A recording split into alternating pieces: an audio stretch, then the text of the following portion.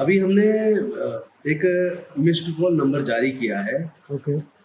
जिससे 2025 में जो हमने 10 करोड़ लोगों को अपने बुजुर्गों की सांस्कृतिक विरासत में वापस लाने का जो संकल्प लिया है, जो बाबा साहेब का सपना था भारत को बौद्ध में बनाने का, तो वो जो संकल्प लिया 10 करोड़ लोगों को अपने बुजुर्गों की सांस्कृतिक विरासत में वापस लाने का, उसके लिए एक मिस्ड कॉल नंबर जारी किया है।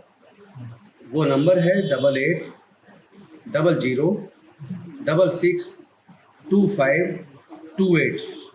तो कोई भी अगर इस नंबर पे मिस्ड कॉल करेगा तो उसको एक मैसेज जाएगा। उस मैसेज में एक लिंक होगा। उस लिंक को टच करते ही मिशन जय भीम का एक फॉर्म खुलेगा। उस फॉर्म के अंदर आपको अपनी डिटेल भरनी होगी, नाम, father's name, date of birth, address, mobile number, email ID और वोटर आई कार्ड या आधार कार्ड और फोटो। ये इच्छा के ऊपर आप डालना चाहे डालें, ना डालना चाहे ना डालें। उसके बाद सबमिट कर दें तो आपका रजिस्ट्रेशन हो जाएगा और हमारे पास हमारे रिकॉर्ड में अपने आप ऑटोमेटिक आ जाएगा। तो एक तो ये हमने पूरे इंटरनेशनल लेवल पर इस नंबर से रजिस्ट्रेशन शुरू किया है। दूसरा, मिशन जय भीम के सारे साथियों ने मिलके दिल्ली के अंदर एक 6000 गज के आसपास एक ज़मीन सबने मिलके खरीदी है। उसमें एक हमारे बहुजन समाज के महापुरुषों के जीवन संघर्ष को पढ़ाने के लिए अपने लोगों के लिए एक परमानेंट कैडर सेंटर और एक विपश्यना केंद्र की स्थापना वहाँ पे की जाएगी, जिसका काम बहुत जल्दी शुरू होने वाला है। 4 दीवारी का काम शुरू हो गया है। तो ये 2 काम अभी किए हैं और अब पूरे देश में फिजिकल, जैसे ही कोरोना की वजह से थोड़ा सा दिक्कत आई है, जैसे ही कोरोना खत्म होगा फिर पूरे देश के अंदर हम लोग भ्रमण शुरू करेंगे। हमारी टीम हर राज्य के अंदर जाएगी और वहाँ नुक्कड़ मीटिंग लेके, गाँवों के अंदर मीटिंग लेके ये रजिस्ट्रेशन की प्रक्रिया को बड़े पैमाने पर पूरे देश में फैलाएंगे। और मुझे पूरा भरोसा है कि 2025 से 1 साल पहले तक ये 10 करोड़ की जो जनसंख्या है उस तक इस टच कर जाएगा।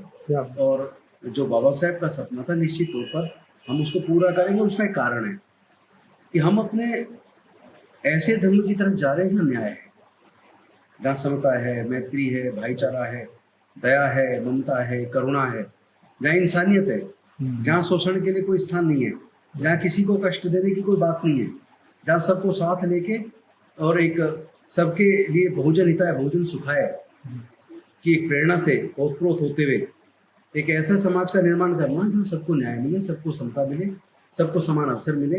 तो ये भारत को बेसिकली ना केवल बौद्ध में बनाएगा, बल्कि जो भारत को विश्व गुरु बनने की हम बात करते हैं, ये कार्य भारत को विश्व गुरु बनाने में कारगर साबित होगा।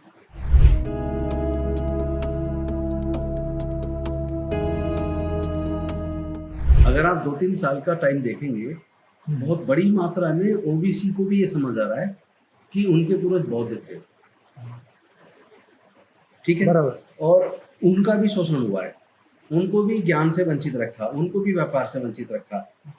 तो उनको जब ये समझ आ रहा है, तो जब उनको पता लग रहा है कि उनके पूर्वज बौद्ध थे और ये जाति कुदरत ने नहीं बनाई, ये जाति जिन लोगों ने बनाई उन लोगों ने ऐसी व्यू रचना रची कि देश के सारे संसाधनों पर, देश की सारी जमीन पर, देश के सारे व्यापार पर, सब चीज़ पे उन लोगों का कब्जा है। तो उन लोगों ने संकल्प किया कि अब हम लोग भी बुद्ध के धम्म में अपने बुजुर्गों की सांस्कृतिक विरासत में घर वापसी करेंगे। आप उत्तर प्रदेश जाइए, पूर्वी उत्तर प्रदेश में गांव के गांव पिछड़े वर्ग के लोग बौद्ध बन रहे हैं। हाँ, तो ये जो आपने सवाल किया, ये इसका जवाब है।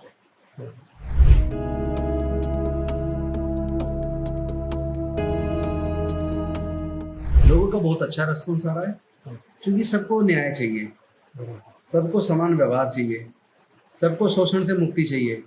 अब लोग और अन्याय बर्दाश्त करने के लिए तैयार नहीं है, ठीक है। रिजर्वेशन ऑलमोस्ट खत्म है, अब लोगों को हिस्सेदारी भागीदारी चाहिए, देश के संसाधनों में, देश के व्यापार में, देश के सरकार के जितने टेंडर्स होते हैं उसके अंदर, यानी हर क्षेत्र में हिस्सेदारी भागीदारी चाहिए। ये अब मुद्दा बहुत जल्दी बहुत बड़ा मुद्दा बनने वाला है देश में।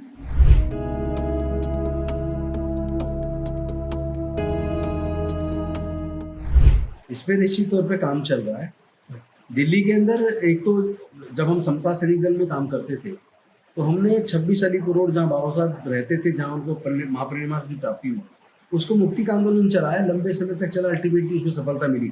आज वो राष्ट्रीय स्मारक बन के सबको समर्पित हो चुका है। ठीक है। ये जो मिशन जय भीम ने जमीन खरीदी है, ये तथागत बुद्ध के बाबा साहेब के विचार को पूरी दुनिया में फैलाने का काम वहाँ से शुरू होगा। ऑलरेडी इस पे काम चल रहा है। जगह जगह हम लोग लाइब्रेरियाँ बनाएंगे अपने लोग आगे बढ़ने के लिए, उनके लिए पढ़ने के लिए जगह नहीं, छोटे छोटे मकान में रहते हैं, उनके कॉलोनी के अंदर उनको पढ़ने की जगह मिलेगी। तो बहुत सारे हमारे प्रोजेक्ट हैं, हम लोगों को आत्मनिर्भर बनाना चाहते हैं। हम लोगों के लिए आर्थिक आंदोलन की भी तैयारी कर रहे हैं, ताकि अब सरकार में नौकरियां तो है नहीं, नौकरियां नहीं, अब नौकरी के चक्कर में लगे रहोगे तो घर कैसे चलेगा, नौकरी तो मिलेगी नहीं। तो अब हम लोग, चूँकि हमारी संख्या इतनी बड़ी है, भारत के अंदर कम से कम 110 करोड़ 135 करोड़ में से कम 110 करोड़ बहुजन है, और इतने बड़े कंज्यूमर हैं। तो हम इतने बड़े जो कंज्यूमर हैं, ये हमारी आर्थिक ताकत है जिसका हमें एहसास नहीं था। अब हम इस आर्थिक ताकत को वास्तविक आर्थिक शक्ति में परिवर्तित करेंगे और अपने लोगों को के आर्थिक रास्ते तैयार करेंगे।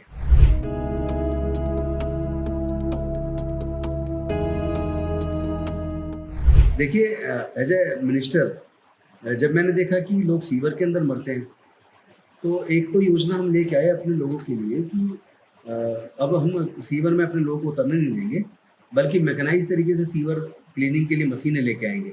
अच्छा। और उन मशीनों का मालिक उन्हीं लोगों को बनाएंगे जो लोग इस काम को अब तक करते हैं। तो हमने दिल्ली जल बोर्ड के माध्यम से हम 200 मशीनें लाए। हमारे दिल्ली के मुख्यमंत्री अरविंद केजरीवाल जी के साथ जब मैंने चर्चा की, उन्होंने बड़े खुले मन से तुरंत इसको मुझे सपोर्ट किया कि बहुत अच्छा है। यहाँ तक कि एक जो बड़े कॉन्ट्रैक्टर कोर्ट चले गए कि केवल इस समूह को ही क्यों दे रहे हो, इस जाति के लोगों को क्यों दे रहे हो, केवल SCs को क्यों दे रहे हो।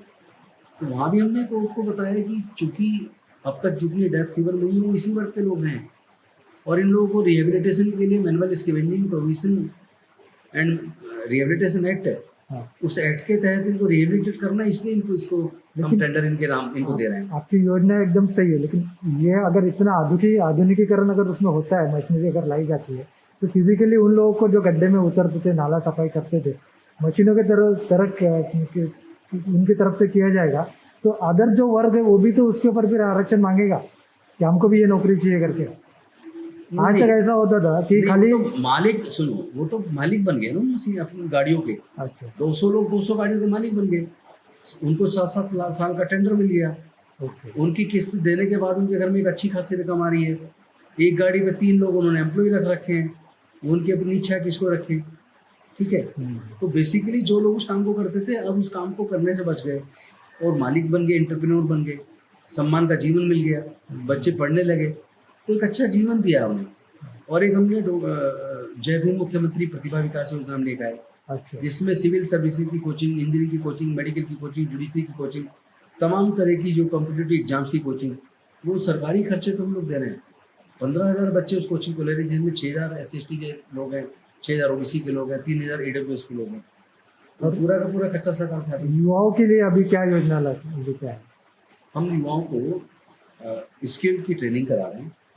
और जो स्किल की ट्रेनिंग करते हैं तो उसके लिए लोन की व्यवस्था, बहुत सारे अलग अलग इंस्टीट्यूट है जो लोन दे रहे हैं। उससे लेके जब लोग काम सीख लेते हैं तो अपना छोटा मोटा काम शुरू कर लेते हैं, खुद भी आत्मनिर्भर बनते हैं और दूसरों को भी फिर वो जॉब देते हैं।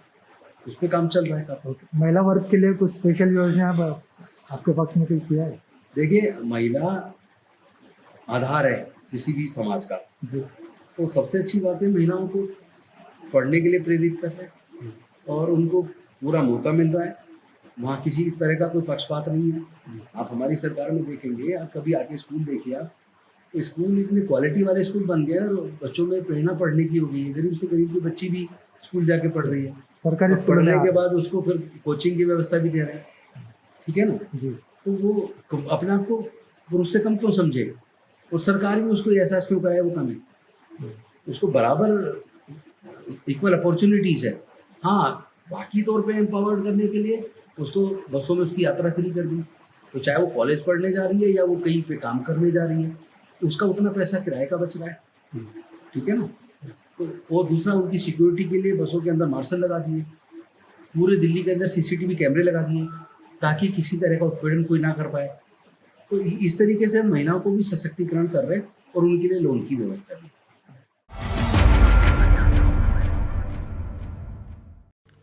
बहुजनों की बुलंद आवाज, आवाज इंडिया TV देखिए अपने मोबाइल पर, कहीं भी कभी भी। आज ही आपके एंड्रॉइड प्ले स्टोर और एप्पल iOS ऐप स्टोर से आवाज इंडिया टीवी का ऐप डाउनलोड करें और देखिए आवाज इंडिया टीवी के लाइव प्रोग्राम आपके मोबाइल पर। आवाज इंडिया टीवी देखे यूट्यूब पर भी।